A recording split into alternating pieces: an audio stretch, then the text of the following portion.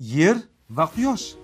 Aslida ham ular bir-biridan shunchalik darajada farq qiladimi? Yo'q.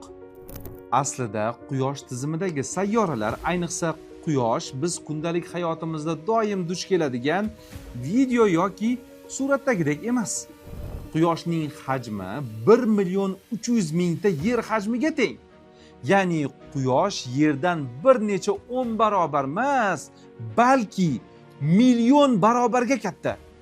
Aniqroq qilib aytadigan bo'lsak, Quyoshning ichiga Yer sayyorasidan 1.300.000 tasini joylash mumkin. Ha, Quyosh Yerdan shunchalik darajada katta.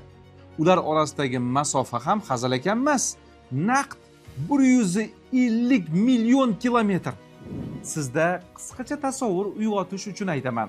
Biz kundalik hayotimizda uchadigan samolyotni 885 km/soat tezlikda uchadi deb olsak, Yerdan Quyoshga yetib borish uchun bizga 19 yil kerak bo'ladi.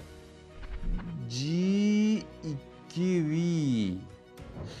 Quyosh Yerdan shunchalik katta bo'lishiga qaramasdan, Quyosh G2V turidagi yulduz hisoblanadi.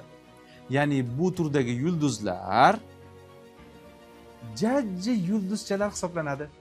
Shu jajji yulduz biz yashaydigan sayyoradan shu qadar katta ekan. Endi biz o'z sayyoramiz oldida qanchalik kichik zarradekmiz. Alloh taolo esa shunday ulkan maxluqlarini biz qulay hayot kechirishimiz uchun bo'ysundirib qo'ygan.